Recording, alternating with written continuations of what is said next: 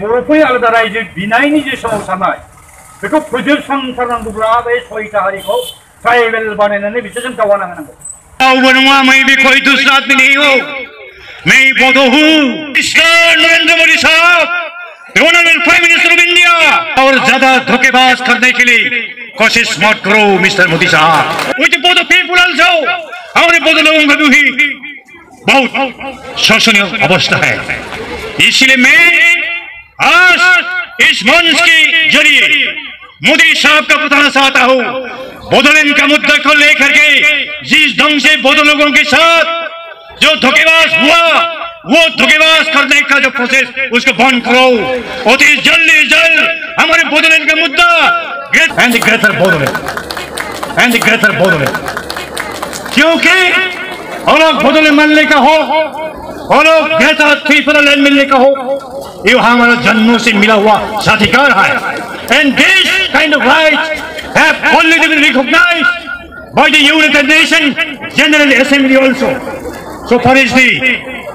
UN Declaration on the Charter of the Indigenous People. Ambedkar साहब ने एक बात बताया था, राजनीतिक क्षमता ऐसी क्षमता है, political power is such a power, such a key, which can be by voice, either big or small, lock can be opened. राजनैतिक शक्ति एक चाबी जैसे, जिस चाबी के द्वारा छोटा हो बड़ा हो उस ताला को हम खोल सकते हैं। जोबथानायाव नोंथांमोन बयनोबो आंनि गोसो गोरबोनि अननाय खुलुमनायखौ आं बावबाय। और आप लोग जिस लड़ाई को आज कल से इस हिंदुस्तान के राजधानी दिल्ली शहर में शुरू किया, उस लड़ाई में आप लोग जरूर ही जरूर विजय प्राप्त करना ही होगा। By somehow you have to win the battle. What kind of battle you have started right from yesterday from Jantar Mantar. सबैको धन्यवाद, गोजोन्थों। Thank you sir. उमा माइने बे मोनद' जाथिया देग्लायनि जा बा खालमानसिनि जा जायखिजाया समाव जुदि ट्राइबेल जानो मोनमारोब्ला बे 14टा ट्राइबेल जातिया जोबलांनायनि अनगायै आरो गुबुन लामा गैला। जेरै जापानाव आंनि लास्ट इन्टारनेसनेल ट्रिपा जापानानोमोन। जापानाव ओरैबायदि पाब्लिक स्पेसफोराव बिसोर खुरां रायलायबाबो लासै लासै रायलायो, जे गुबुनखौ डिस्टार्ब होआ। आरो ट्रेनावहा बे मोनसे आनरिटेन ल बायदि बियो, बर'बो लिरनाय थाया, बियो फन बाहाया। पाब्लिक स्पेसफोराव बिसोर खुरां रायलायबाबो लासै लासै रायलायो, जे गुबुनखौ डिस्टार्ब होआ। आरो ट्रेनावहा बे मोनसे आनरिटेन ल बायदि बियो, बर'बो लिरनाय थाया, बियो फन बाहाया। दा जोंनि बेयावहा ओरैबादि गोसा गोसायै खुरां फनाव रायलायो। औ आरो न'आव माने मा जादों मा लोंदों बेफोरावबो ओंखारलायलाङो, नांलायनायफ्राबो ओंखारलाङो। बेफोरखौबो बुंनो लाजिया नामा जोंनिया, बिसोरनियाव बिनि उल्था सिरि सिरि थायो बिसोरो। आरो बे रिसपेक्टनि थाखाय। आरो इंलेन्डआवहा मोनसे मोन खालामनायमोन, इउरपआव जेनेरेलि बे दोङो, पार्टिकुलारलि इंलेन्डआव दरखौ खेंनानै हाबनानै जेब्ला दरखौ फांनांगौ उनथिं जेब्लायबो नायो सोरबाफोर दङ नामा, गैयाबा बेयो फांगोन, आरो दोङोबा बियो नेक्स्ट मानसिया फैनायहालागै बे दरखौ हमबाय थागोन, जेन बेयो दरा बिनि मोखाङाव नांहैया, बिनि खुगाव गन्थं नांहैया। ओरैबायदि बेयो रिसपेक्ट, बेयो कर्टसि। बेफोर खुराङा जोंनियाव गैया। आरो जोंना नारला रासि थाङोना, दा जोंनि बेयावहा ओरैबादि गोसा गोसायै खुरां फनाव रायलायो। औ आरो न'आव माने मा जादों मा लोंदों बेफोरावबो ओंखारलायलाङो, नांलायनायफ्राबो ओंखारलाङो। बेफोरखौबो बुंनो लाजिया नामा जोंनिया, बिसोरनियाव बिनि उल्था सिरि सिरि थायो बिसोरो। आरो बे रिसपेक्टनि थाखाय। आरो इंलेन्डआवहा मोनसे मोन खालामनायमोन, इउरपआव जेनेरेलि बे दोङो, पार्टिकुलारलि इंलेन्डआव दरखौ खेंनानै हाबनानै जेब्ला दरखौ फांनांगौ उनथिं जेब्लायबो नायो। মই না কিং মেকাৰ হ'ম না কিং হ'ম, মোৰ সদায় লক্ষ্য আৰু উদ্দেশ্যটো হ'ল সমাজ সেৱা কৰা। আগতো সমাজ সেৱা কৰিছোঁ, এতিয়াও সমাজ সেৱা কৰিছোঁ, আৰু এই জীৱনটোৱে সমাজৰ কাৰণে উৎসৰ্গা কৰা। গতিকে অনাগত দিনতো সমাজ সেৱা কৰিম, কিন্তু সমাজ সেৱা কৰিবলৈ যাওঁতে নিজৰ ইথিক আৰু নিজৰ মৰেলটো কেতিয়াও বিক্ৰী নকৰোঁ। সংগ্ৰাম তেখেতো কৰিছে গতিকে সংগ্ৰামৰ পিছত যিটো চুক্তি হয় চুক্তিবিলাক ৰূপায়ণ হ'ব লাগে এইটো আমাৰ মাত্ৰ কমিটমেণ্ট নহয় এইটো কেন্দ্ৰ চৰকাৰ আৰু ৰাজ্য চৰকাৰৰ কমিটমেণ্ট এইটো অকল সংগ্ৰামীসকলৰ কমিটমেণ্ট নহয় এইটো হাগ্ৰামা মহিলাৰীয়ে কি কয় কি নকয় ইয়াৰ লগত কোনো মেটাৰ নহয় এইটো সংগ্ৰাম কৰিছে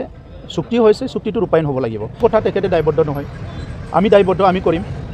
আমি আগতো কৰিছোঁ এতিয়াও কৰিম আগতো আমি বিভিন্ন সমাজ পৰিৱেশবিলাকত আমি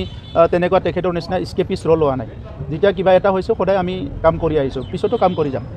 दिनै हाग्रामा महिलारि बिथाङा गाव जेखि बुङा मानो बिथाङा सिप थानाय समावनो बे गोरोबथाया जादोंमोन आरो बिथाङा बे गोरोबथानि सासे उइटनेस आरो बेजों दिनै राजखान्थियारि खैसाराव बिथाङा गुबुन गुबुन मुलाम्फाखौ साननानै बे गोरोबथाखौ एरायनो सानोबा जोंनि बर' माहारिनि थाखाय बे गिदिरथार मोनसे अलखदनि थासारि फैगोन राजखान्थि खालामनायनि मुङै जाहाथे राजखान्थि बुब्लियाव बे बिटिआर गोरोबथाखौ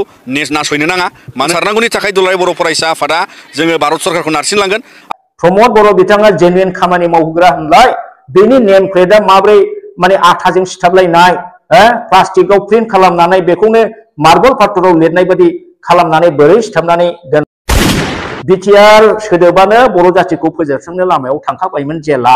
बे बिटिआर सोदोबखौ दिनै जोङो जोगारनांसिगौ बेखौ नेवसिनांसिगौ गंगा दैयाव बेखौ फोजावहरनांसिगौ बिटिआर सोदोबानो बर' हारिनि थाखाय ओरैबायदि उसुब सोदोब अमंगल सोदोब बेयो जोंनि बर' हारिखौ जोबस्रांहोबायमोन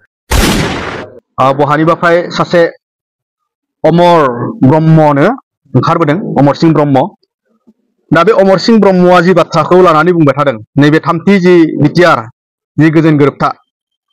दा बे गोजोन गोरोबथाखौ बा बे बिटिआर गोरोबथाखौ बिथाङा बहाबा गंगा दैयाव फासायहरनांगौ ना मानांगौ होननानै बिथाङा बुंबाय थादों बिथाङा आं गिबियावनो बिथांनिसिम सोंहरनो लुबैदों आरो बिथाङा क्लियार मोनसे होनांगौ अमर सिंह बिथाङा बर' रायजो राजानि इन्टेलेक्चुवेल लेभेलनि जानानै बाथ्राखौ बुंदों ना अमर सिंह ब्रह्म बिथाङा माने पार्टीनि बिपिएफ पार्टीनि जानानै बुंदों ना गाव व्यक्ति हिसाबै बुंदों दा नैबे मोनसे मोनथाम पइन्ट आङो अमर सिंह ब्रह्म बिथांनिसिम आङो बेखौ सोंहरदों बा खावलायदों जाहाथे बिथाङा बेनि क्लियारखौ होनांगौ दे नोंथाङा बुंदों नैबे थामथि गोजोन गोरोबथाखौ माने गंगा दैयाव गारनायनि जि बाथ्रा आरो बिथाङा माने बे गोरोबथाखौ माने गाफ्लेनानै माने जुगारनायनि जि बाथ्रा बिथां अमर सिंह ब्रह्मआ बबे मंगल ग्रहनिफ्राय जोनोम मोननानै गासैबो माने दिनै बर' हारिनि बबे गोरोबथाया मोजां आरो गाज्रि बेबायदि बुंनाया जोङो जातिनि थाखाय खुब दुखुनांथाव लाजिथाव आरो बेबायदि सासे नेहात सुबुङा मोनसे गोरोबथाखौ गावनि न'खरनि बाथ्राखौ सिन्था खालामनानै माहारिनि ओनसोलनि रायजो राजानि बर' जातिनि सिन्था खालामालासिनो बाथ्रा बुंनायनिफ्राय खिन्थु बे अमर सिंह ब्रह्मना मा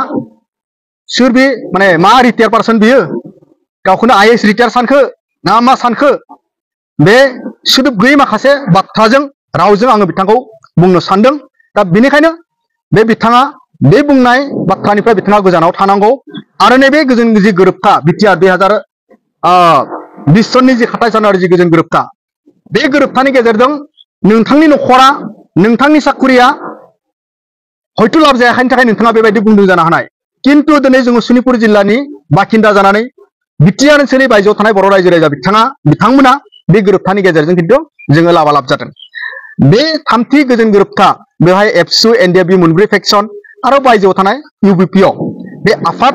मोनथामा बे गोरोबथाखौ खालामनानै जोङो बे थामथि गोरोबथानि गेजेरजों एसेब्लाबो बर' रायजो राजा बिथांमोना हका मोननाय मोनसे राहा लामाखौ जोङो बेनिफ्राय मोननो हादों नोंथां अमर सिंह ब्रह्म नोंथाङा मिथिया नामा बायजोआव नोंथांनि बिटिसि ओनसोलाव थानायनिख्रुइ बांसिन बर' रायजो राजा बिथांमोना बायजोआव दङ किन्तु बे मोनथाम जि गोरोबथा जालांबाय 1993 आव 2003 सनाव बे मोनथाम गोरोबथायावबो साफ्रोमबो बर' रायजो राजा बिथांमोना बाहागो लानाय बिनि अंखिदार आरो बे गोरोबथाखौ खालामनायनि थाखाय बायजोआव थानाय बर' रायजो राजा बिथांमोनाबो गावनि माने जिउ बावदों जोंनि बिमाफ्रा रेन्डि जानो गोनां जादों जोंनि ओनसोलनि रायजो राजा बिथांमोना पुलिस आर्मिजों बुख्रुब जादों सान्दुं अखायाव जोंबो हुस्रिखावनाय सासे सासे जोंनि नैबे ओनसोलनि रायजो राजा बिथांमोनाबो नोंथाङा गावखौनो बिराद इन्टेलेक्चुवेल साननानै नाङा फाङा बाथ्राफोरखौ गेजेर गेजेर बुंलाबाय थानायखौ जोङो नुनो मोनदों नोंथांखौ आङो वार्निं होनो सानदों नोंथांखौ सोदोब गैयै माखासे रावफोरजोंसो जोङो उननि समाव बुंनो गोनां बाध्य जागोन नोंथाङा जुदि नाङा फाङा बाथ्राफोरखौ बेबायदि सोरनिबा एजेन्ट जानानै जे बेबायदि बाथ्राफोरखौ जुदि बुंबाय थायोब्ला दा बेनिखायनो नोंथाङा साननो नाङा बे थामथि गोरोबथानि गेजेरजों सनितपुराव दिनै 60 दा गामिया हाबबाय नोंथाङा मिथियाखै नामा बे 60 दा गामिया हाबनायनि उनाव थांनाय 22 तारिखनि जि बिटिसिनि जि इलेक्सन 2025 नि नैबे 22 तारिखनि माने सेप्तेम्बराव जि जालांनाय बेनि गेजेरजों सनितपुर रायजो राजा बिथांमोना माने गोदानै जोङो देग्लाय 6 इलेक्सन होनो मोनदों आरो बे भटखौनो लानानै दिनै गोदान गभर्नमेन्टआबो खम जादों आबाद दाजादों दायो जाय बिथां हाग्रामा महिलारि बिथाङा दिनै बिटिआरनि जे गाहाय मावफुं सोद्रोमा जानानै दङ नोंथाङा बेखौ मिथिनाया मोजां दा बे गोरोबथानि गेजेरजों रायजोआव थानाय बर' फिसाफोरा न'खरफ्रोमबो मोनफ्रोमबो न'खरा रायजोआव थानाय बर' रायजो राजा बिथांमोना BKWC बिनि मोननो हादों दा बेनि गेजेरजों जिखिनि गभर्नमेन्टनिफ्राय जिखिनि पेकेज मोनबाय थादों बिनि गेजेरजों नांगौ बायदि जोङो सुफुंनो हायाखैब्लाबो एसेब्लाबो जोङो राजनिति भाबै जोङो आवगायनो हानाय राजनिति भाबै सोरबा सासेया मिनिस्टार एमएलए गिदिर जानो हायाखैब्लाबो EMGM जानो हानाय मोनसे राहा लामाखौ जोङो बे एकर्डनि गेजेरजों जोङो मोननो हादों थांनाय मोननै एकर्डआव खिन्थु जोङो बायजोआव थानाय बर' रायजो राजा बिथांमोना जेबो मोननो हायाखैमोन बे एकर्डनि गेजेरजों शनिपुराव थानाय बिश्वनाथआव थानाय गलाघाटआव थानाय कार्बि आंलंआव थानाय आरो गुबुन गुबुन जायगाफोराव थानाय रायजो राजा बिथांमोना फरेस्ट डिलार एक्ट आयेननि अधीननि गेजेरजों हानि मोन्थायखौ मोनदों नोंथां अमर सिंह ब्रह्म नोंथाङा बेखौ मिथिया नामा नोंथाङा बहा जोनोम मोननाय नोंथाङा हयथ' माने गावखौनो सानदों मंगल ग्रहनिफ्राय आङो फैनानै नैबे रायजो राजाफ्रा माने जाम्बा जाम्था जोङो बिथांमोनखौ माने ओरै बुंब्लानो बिथांमोना मानिगोन होननानै सानना लादों नामा नोंथाङा बेनिखायनो बेबायदि बाथ्रा बुंनायनिफ्राय नोंथाङा गोजानाव थानांगौ नोंथांनि सोमोन्दै नोंथाङा नैबे समाव गावनि न'खरनि थाखाय माने गभर्नमेन्टनिफ्राय मा फायदा लादों आरो लायाखै जों बेखौ बेसां पर्यन्त जोङो मिथिगौ दा बेनिखायनो नोंथाङा साखरि थानाय समाव नोंथाङा बेसां साधु भाबै खामानि मावलांनाय जोङो बिखौ मिथिगौ दा बेनिखायनो नोंथाङा सासे जोङो नोंथांखौ नेहात होननानै बुंगोन सासे BEO सासे रिटायार पार्सन जानानै सासे नोंथाङा माने गिदिर माने गावखौनो खायथ' एकाडेमि बान्था मोनगिरि सासे IAS अफिसार रिटायार पार्सन सासे ACS रिटायार पार्सन होननानै माने बुंना लानो सागै माने बेखिनिल' बाखि दङ बायदि आं नोंथांखौ सानदों दा बेनिखायनो नोंथाङा बे गंगा दैयाव माने बिटिआर गोरोबथानि जि माने बे लिरना लाबोनाय बेखौ गंगा दैयाव फोसावनायखौ माने फुजा हरनांगौ मानांगौ रायजो राजानि गेजेराव माने मोनसे जि गोजोन दिनै जि मोनसे मोजां जि मोनसे थासारि बै थासारिखौ नस्थ' खालामनो नोंथाङा जि नाजानाय बेनिफ्राय जाहाथे गोजानाव थायो दा नोंथाङा मिथिगौ जों बर' रायजो राजा बिथांमोना बयबो मिथिगौ 2020 सननि सिगाङाव जोंनि फरायसाफोरनि बै समनि सेंग्राफोरनि अबस्थाया मामोन कलेजाव जुदि जोङो न'खरनिफ्राय कलेजाव जुदि फैयोमोनब्ला नांगौ समाव मोनाबिलि समाव जोङो न'आव मोनहैयामोनब्ला बै न'नि बिमा बिफाया दिनै 6टा 7टा जाबाय मोनानि समाव आंनि फिसाज्लाया मानो मोनफैयाखै बहाबा लामाया आर्मी पुलिसजों माने माबा मोनसे बिपदआव गोलैबाय नङा बेबायदि हदाय मोनसे टेनसननि गेजेरजों जोंनि बिमा बिफाया जोंखौ खांबोदों बाबोदों आरो बेबायदिनि गेजेरजों जोंनि बर' रायजो राजा बिथांमोना रायजो जाबोनो गोनां मोनसे परिबेस बेबायदि बारलांदों दा नोंथाङा नैबे बाथ्राफोरखौ बुंनानै बै मोनसे थांनाय जि मोनसे समनि जि परिबेस बै परिबेसखौ नोंथांमोन बायदिनि थाखायनो माने दिनै नस्थ' जायोब्ला बेबायदि मोनसे परिबेसआ फैफिननायनि मोनसे लामायाव दङ दा बेनिखायनो नोंथां अमर सिंह ब्रह्म नामा नोंथाङा जाहाथे रिटायार जाबाय नोंथांनि रिटायार जानायनि उनाव गामिनि रायजो राजाफोरजों थानानै ओनसोलनि रायजो राजाफोरजों थानानै मोजां मोनसे परिबेसआव थानानै जाहाथे नोंथाङा खामानि मावलाङो हारिनि माहारिनि गिदिर गिदिर बाथ्राफोरखौ बुंनानै गावखौनो माने सोरदोबा मोजां मोनजानाय खामानिखौ मावनायनिफ्राय गोजानाव थायो आङो बेखौ शनिपुर जिल्लानि रायजो राजा जानानै शनिपुर जिल्लानि बाखिन्दा जानानै आरो बाहेरायाव थानाय बिटिआर ओनसोलनि बाहेरायाव थानाय रायजो राजा जानानै नोंथांखौ आङो खावलायहरदों दा बेखिनियानो गोजोन्थों।